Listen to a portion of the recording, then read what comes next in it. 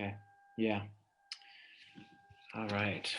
Well, thank you everyone for being here. I'll walk through these templates um, in a moment, but I just appreciate the time that everyone's taken here on this topic on a Sunday afternoon, and apologies for those in Europe who were interested in coming and are either up really late or I'm recording this for that group in case they want to watch it later and in case this is helpful for them. I don't know that we're going to need an hour. The content is not very long. The discussion, we'll have plenty of time for discussion. So I'm going to jump in here. The agenda. So there are some Rotary resources on this topic, and I want to talk through that and then move into what the NAYEN Pandemic Resource Team put together for your consideration, and some ideas. I'd like to see, there's some people on the line who may have some ideas about organizing within your district to update or create your crisis management plan and to abide by the stipulations from Rotary, and then just open discussion. I want to say up front though that the materials that we have put together here are very much in need of customizing for your district, and we have these resources for you from NAYEN for your consideration. We're not taking a stance on the rules and stipulations from Rotary International Board on what's required for participation. I don't want to comment on that. We can have a discussion about it, but I'm just providing some resources here. So we can, at the end of the call here, we can have a conversation about that and you can share, because there are some elements that granted are challenging and require some additional work we hadn't had to do in the past. So and we can talk about that, but I'm not here to advocate one way or the other. As far as I'm concerned, we have these guidelines that we need to follow, and I'm trying to provide some materials for you to help you do that if you choose to do that. So, but first, I want to point out some key resources in case you're not already aware of these from Rotary. They put together first, and I can send this slide deck out to you all so you can have the live links. But there's some safety rules for youth exchange participation. This is the board decision document that came out in, it looks like this. It came out in June, and it's all the decisions and stipulations of participation due to global pandemic COVID-19 situation. So that is linked here. In September, Rotary came out with developing a crisis plan document, which guides you through the process of developing one. And they also had a webinar, which is available on YouTube on this link. And it's unlisted. I don't know why it's unlisted, but anyway, they sent the link in email, but if you didn't catch it, it's here because you won't find it by searching Google or YouTube. And then there's the Rotary Youth Protection Guide, which is the standard guide which is it overlaps this as well. So, and then from NAYEN, our little team put together three things: a memo of understanding, a crisis management plan, these are templates, and a checklist to meet those requirements. And I'm assuming that everyone knows how to locate these, but in the video that went out, I gave you some information on how to navigate the NAYEN website to find those under YEO resources. So check out the video that was attached to the email invitation that Daryl Bishop sent out for this webinar. So we have this memo of understanding, which is, it offers the conditions for early returns and who's responsible for the costs for those. And it requires signatures from the host district, the sponsor district, and the natural parent. And a lot of districts don't have anything like this in place with the signatures across all of them. it can be used for any situation, and version 2 is coming. So Dan Bolt, who's on the line here from District 5100, had some excellent input on this. So if you grab this version of the template, I'd advise you to take a look at some changes that are coming, and then I'll get another version out there as soon as I can get some buy-in from a few people within our team. But Dan, I don't know if you want to comment on this. I'd be happy to give you a space here to talk about the important element that you brought up.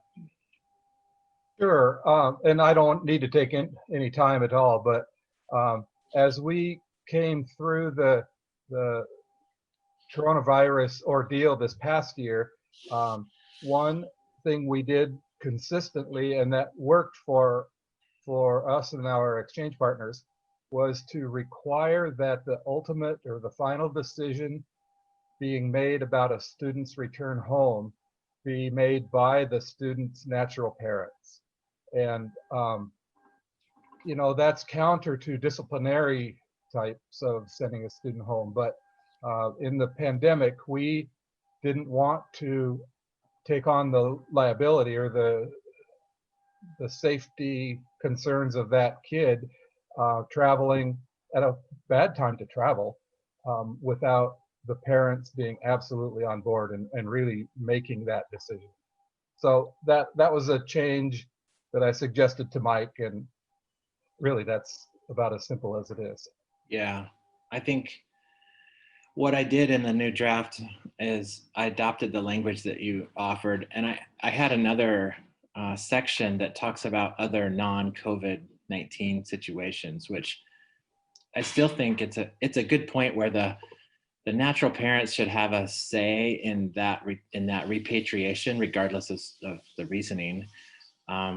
Because I know, well, a couple of situations. One, a couple of years ago in our district, we were sending a student home early, and her parents were actually not going to be home, right? So obviously you've got to have a conversation about how that happens and so forth. So, and then another situation is, this was COVID-19 related, where we had a district decide to send all of its students home, and against the wishes of the natural parents, and in many cases the host parents, and because there was concern of travel. It was before they really had a handle on hygiene and protocols in airports at that time. So there was a rub there, and it could cause some relational issues over time because of that. So I think that's a really important addition, Dan. So thank you for that. And so everyone, if you've downloaded this document, just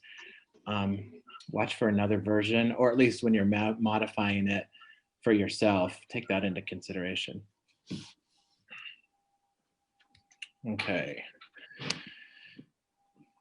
The crisis management plan. So this is lengthy. This, if you've looked at this is long. It's 42 pages long as it is. And I know that's like extremely long. And that's a lot of feedback I got was, oh my gosh, no one will ever read this. And so I think that, one, you could probably come up with a shorter version. But two, I think a lot of the content in here, whoever's playing a role in crisis management, they're going to need to know a lot of this type of information. So go ahead and strip it out of there if you feel like you've got people in place that have training and information about it. But I would caution you to just discard it completely in favor of a short document, because I've seen the short versions and they don't really offer the backup how-to information.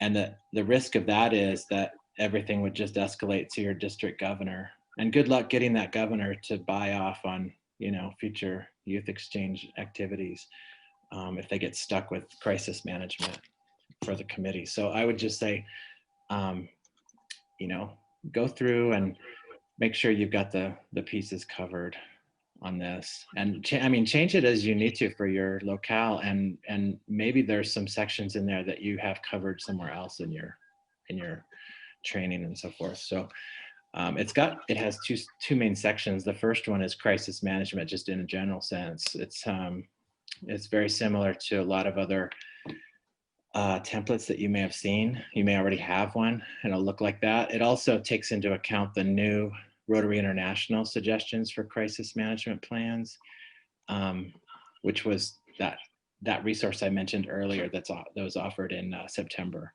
So I've incorporated content from that as well for your consideration.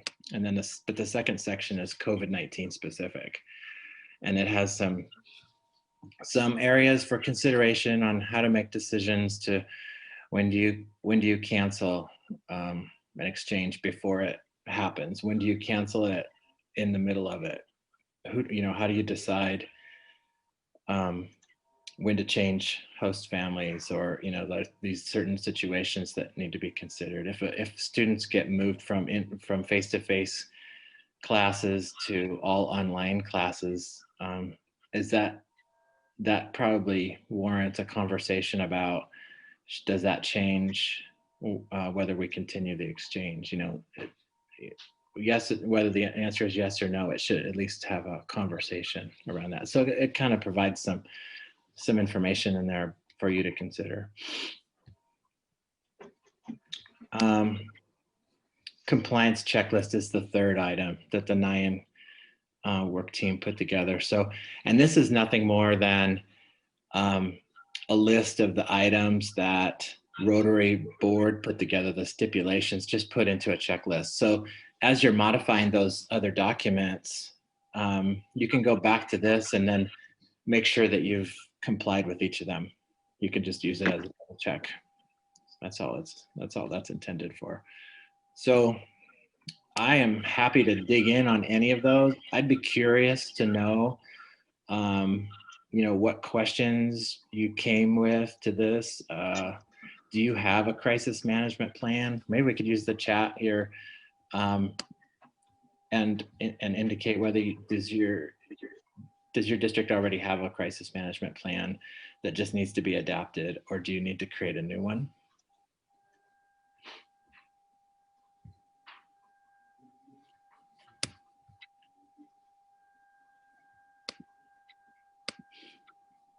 Mike, this is Dan again.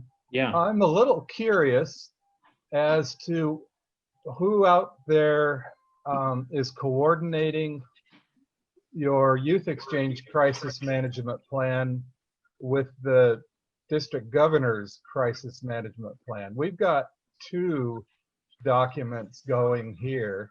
Oh, wow. Okay. In my district, and they've sort of come from different perspectives, and I'm not exactly sure how we're going to resolve the differences between the youth exchange document and the DG document. And I've got the same thing going on here in 5020, where we've got a crisis management plan for youth exchange, and the district has now decided they're going to build one, but they're nowhere near ready. So ours is already live, and we're waiting for them to either incorporate ours in theirs, or see how we're going to deal with that going forward. Yeah, and I mentioned it that I was working on this with my district governor, and I have no sense that they're working on one for the district. Maybe it's already in place, then I'm unaware of it.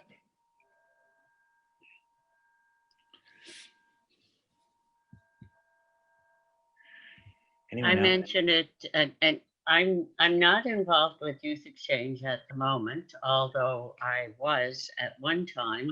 But I'm the Interact chair, and I'm also the youth protection officer for our district. And I mentioned this whole thing to our district governor. He said, "Yeah, we really have to get to work on this," and that's about as far as it's gone.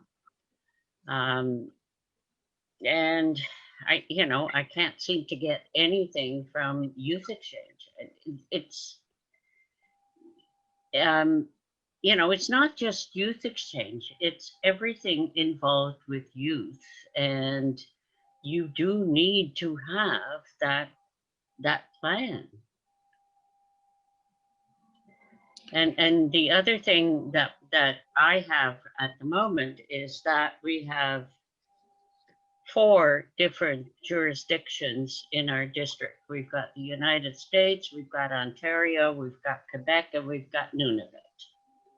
So, you know, the crisis management plan mentions that you need to have all of these different organizations involved, but how do you know which ones you need to have in each of those jurisdictions?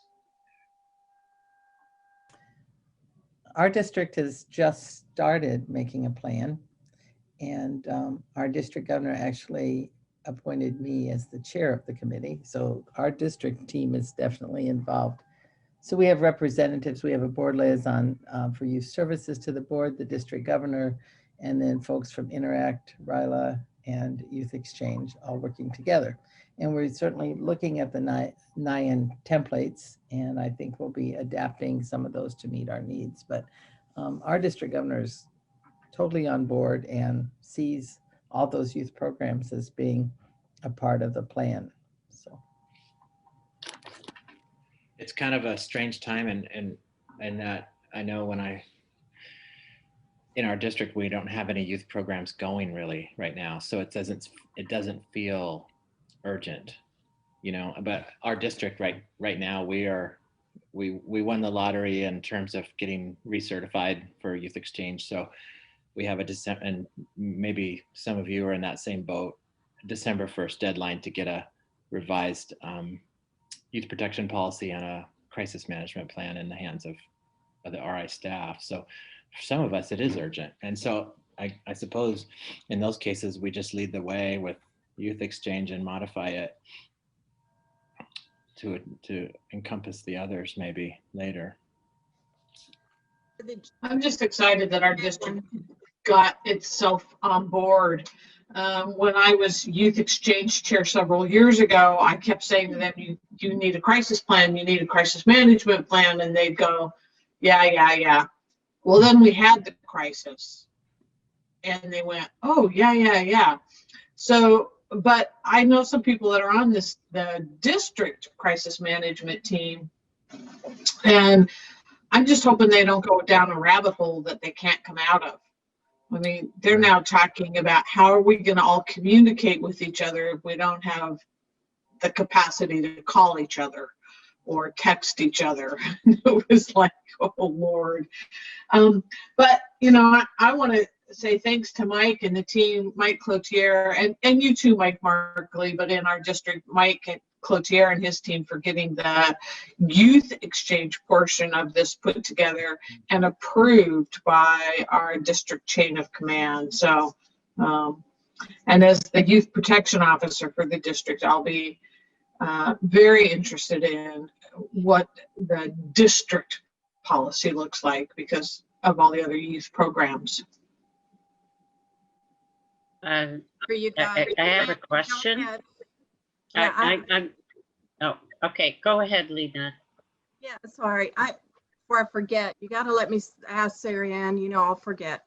The youth exchange plans, when we're doing these, I just assumed for us in the Houston District 5890, what I told them, because we don't have RILA Interact or a plan for youth services, a good one, we have a simple plan. So I just told them it should be like an addendum or an attachment to the district's plan. You know, it shouldn't be part of it per se, because a lot of the things don't apply. But the one thing I wanted to ask y'all is, does anybody have anyone in your district that you've appointed as a public affairs or a spokesperson specifically for youth exchange? And if so, do you have some, you know, are you writing in some certain criteria for that? Because when we have ours, I'm going to schedule a tabletop exercise. And I was just trying to figure out, you know, is it going to be the district's person, or you have a specific person for your youth exchange? I didn't know how your districts were, or district governors were approving that. So Lynette, that was the major point of contention on getting the youth exchange crisis management plan approved. Originally, I had set it up for the district governor nominee, who is the district governor's representative on Youth Exchange, to be the media spokesperson. And the DG line would not have that. And in discussions with Rotary International, they kind of concurred. The district governor needs to be that single point of contact for the media for a crisis. So I had to rewrite ours so the district governor is the media point of contact. That And the is, reason for Need that an advisor is that- because they don't always know what the real answer should be as far as the youth exchange. That's right. understand, but when there is an actual crisis, and we just went through one, when there is an actual crisis involving a youth exchange student, then RI wants the district governor to be the single spokesperson. And the reason for that is they are legally the representative for Rotary International. None of the rest of us, whether we're youth exchange chairs or youth protection officers, are actually officers of Rotary International. The district governor is. Mike, we just had a meeting today to develop our plan, and our district governor was in attendance, and that's exactly what he said. He said that he is the member of Rotary International. Other clubs are also members, but not individuals. So, Yeah.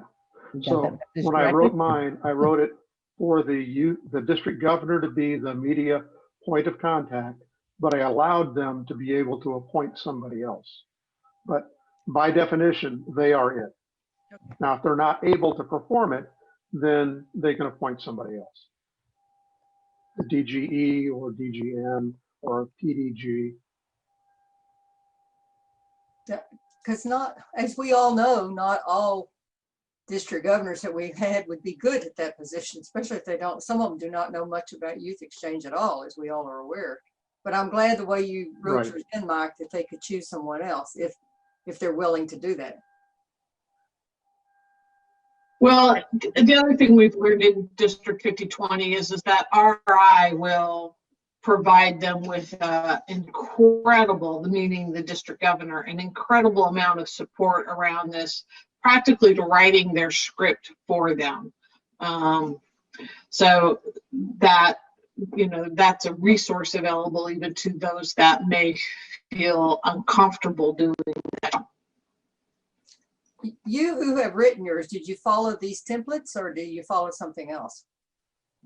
I followed one that Mike had developed early on, and then I expanded on it. As he said, it's not going to work for any district as written. We're also a multi-country district, so in going through and getting it reviewed and approved, I had to run it through county level health professionals in Washington State, and then the Vancouver Island Health Authority on the Canadian side. So, and both of them had comments that needed to be incorporated. And then we took those comments. So we took Mike Cloutier's new version and we incorporated some of that feedback into the template. So you can say that the template was reviewed by a couple of local authorities. Yeah, but it's supposed to be one of your local authorities, not Washington State or Well, I didn't. British Columbia. Right. Well, there- except in Lynn's case, with British Columbia, it probably works for Lynn. I don't know. it was local somewhere, right? Okay, so I have a question. I just posted it on the chat, but I also want to ask this. What is this about the December 1 deadline? Oh, sorry. That's only for, I received a message for my district only for recertification. So, but they don't recertify every district every year. I'm not sure what the cadence is. Is it every 3 years, every 6 years? 3.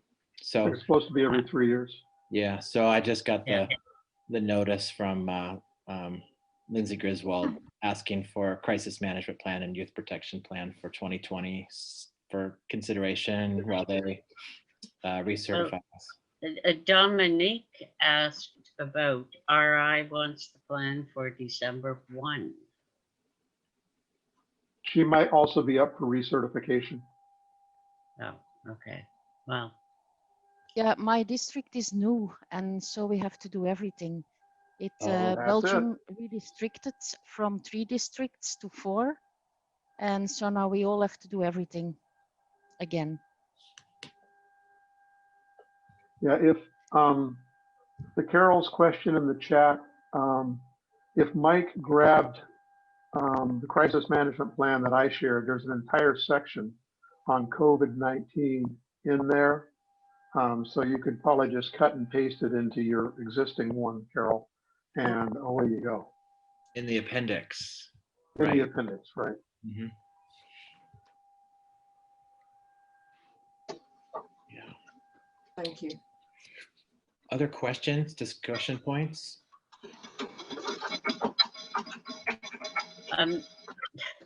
I saw that someone also mentioned Interact and RILA and Rotary Youth Exchange and so on. Like, why does there need to be something separate for Rotary Youth Exchange? We're talking about youth. We need to protect all of them. So, Ariane, I could probably address that because we've had that discussion in 5020. The reason we came up with a separate crisis management plan for youth exchange is that we're dealing with multiple countries in every situation. Whereas if you're talking about RILA or Interact, most of the crises that you'll have are going to be local. They are not going to be international. But Well, every in crisis we in our have, case, it would be because we're dealing with 2 countries. right, but even those 2 countries, you're not dealing with a myriad of countries. You know, we're dealing with 22 countries at least when we're doing youth exchange each year. So if there's a crisis that involves all of those kids, it's much, much, much different than just within a district. And, Mike, I'm sorry, Mike, wouldn't it also be fair to say you're also talking about in most of the rest of those programs, students are being housed by their parents or some kind of parental unit that's not a host parent on the other side of the world. right. And they're going to a local school. Well, even exchange students are going to local schools, but I guess what I want to say is that they're a full-time member of the community that they live in and are living in for youth or for RILA and for Interact and those other programs. They're not a student on an exchange program for 1 year. So in 5020, the last I heard from our immediate past district governor, who is in charge of developing the district level crisis management plan, they're going to keep youth exchange separate. When they write the other plan, it'll cover all other Rotary youth programs, and then it's also going to cover all other types of crises, not just involving youth. Because the crisis management plan should cover any kind of a crisis, earthquake, you know, serious fire, flooding, whatever. National disaster or natural disasters as well as other human crises, Right. human caused crises.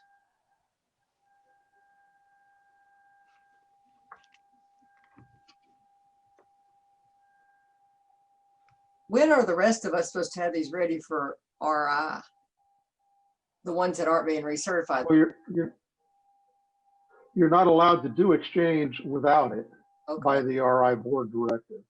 So if you're going to be doing exchange, you know, I put a deadline on our district to get this thing through and reviewed and approved so that I could send out that memorandum that Mike showed early on to our partners so they know what our policy is and they can read it and agree to it. Now, the issue we're going to have is getting it translated into 13 or 14 different languages.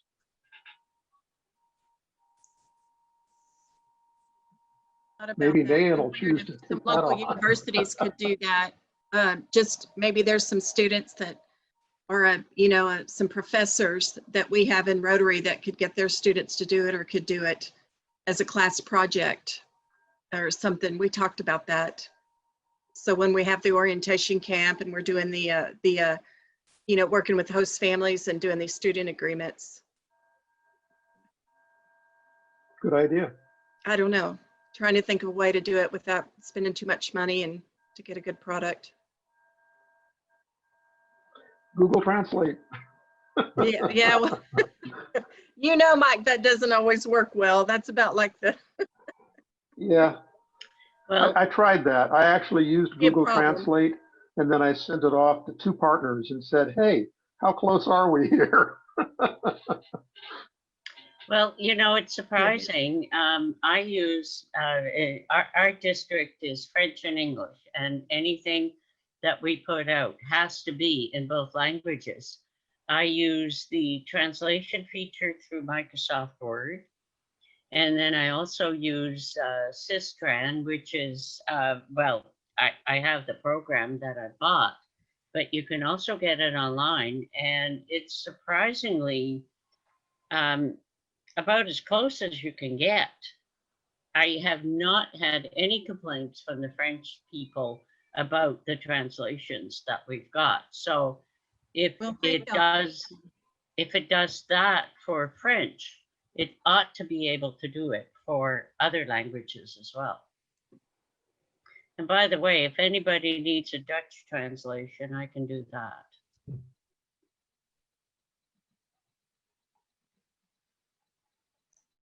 Our district 5100 is doing a small handful, 6, perhaps 5 inbound students come January.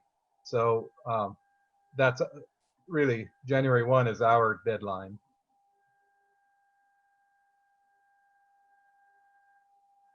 And that deadline, is that self-imposed, or are you working on that with RI staff to review it, or how did that work? It's self-imposed. I still haven't melded it with our district governor's product, and so we're feeling some pressure. Yeah. And we have a February 1st deadline because we're part of a multi-district who's going to make a decision about the youth exchange year next year on February 1st. So we kind of think we have to have it in place and approved before that happens. Yeah. What I noticed was it was more than for us.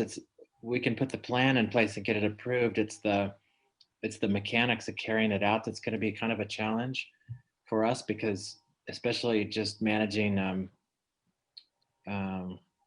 the COVID-19 protocols, where you just being aware of the public health within the communities where each of the inbounds are located it's a different way of, it represents a change in the job description for counselors and youth exchange officers. They have to become more aware of trends in their communities for COVID infections and the health of the household and so forth. So it's different. It's a little more involved and needs to be more meticulously tracked. So it changes that job description. That's, I guess, if I'm thinking about looking out ahead at what the challenges would be in our district, it's putting the document together is probably the easy part.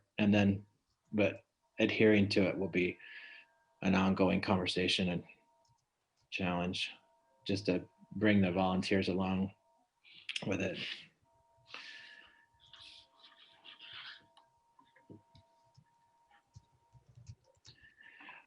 Other topics or muddy points or anything like that as you go forth? Do you feel like you know how to use these templates? Want to share any information or ask questions about how to engage others in your district to keep the wheels turning on this? Not that I have answers, but maybe collectively we can figure it out. I was wondering, who do you put at every stage in the plan? if you who has to be notified, and it's challenging to get that together for everybody. Do you put people in the club level? Then you have something might happen at the school. How do you get it all connected, and who is gonna, yeah, supervise all that? And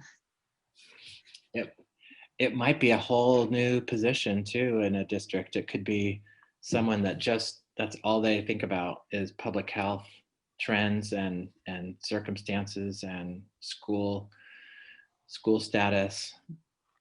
It might be something along that line. I know in southern Idaho, where I live, I'm in Boise. Our state Department of Education has some resources where they track the status of all the schools. Are they meeting in person, or are they meeting online?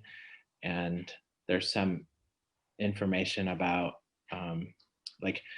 and there's also tracking of infection rates and county at the county level where the schools are. So there's data to be found, but that is totally different job, you know. So I think in our district, I may be seeking someone to just take that on, to be someone who likes research, I suppose, who can follow that and identify trends.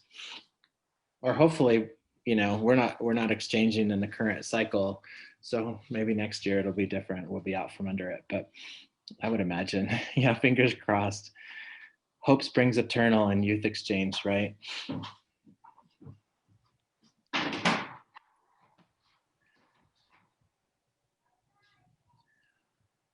All right. Well, I don't know. I don't want to keep you. If you've got what you need, happy to give you back the rest of your time. Let Dominique go to bed. Yeah. And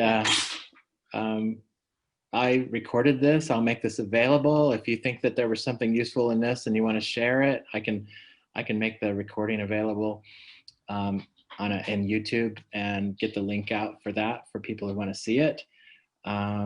Wait for version 2 of the MOU, or else at least take into consideration that natural parents should play a key role in deciding repatriation details and timing. Yeah, I think we're good. Yeah. Well, I would like to thank Mike and his team of Pete Dora and Rogelio Mendoza for putting all these templates together. This has been really a labor of love. They have been working on this for months and months. And as you can see by the templates, it's not the most inspiring work, but they've done it, and they've done it with really good humor. And so I would really like to thank Mike and his team for doing this. And it's truly a great resource for us all. So thanks, Mike. Yeah, thank you very much. Yeah, and thanks to Rogelio and Pete, and for Mike Cloutier for being here today. And he's been a good collaborator through this too. So thank you, Mike. You're welcome. What's the timing on version 2? I think I drafted it. I just wanted to give Pete and Rogelio a chance to weigh in on it, and then I think we're good. I don't see any problems with getting it out there within the next week. Okay. Great. Would appreciate it if you could shoot me a copy too. You bet. Absolutely.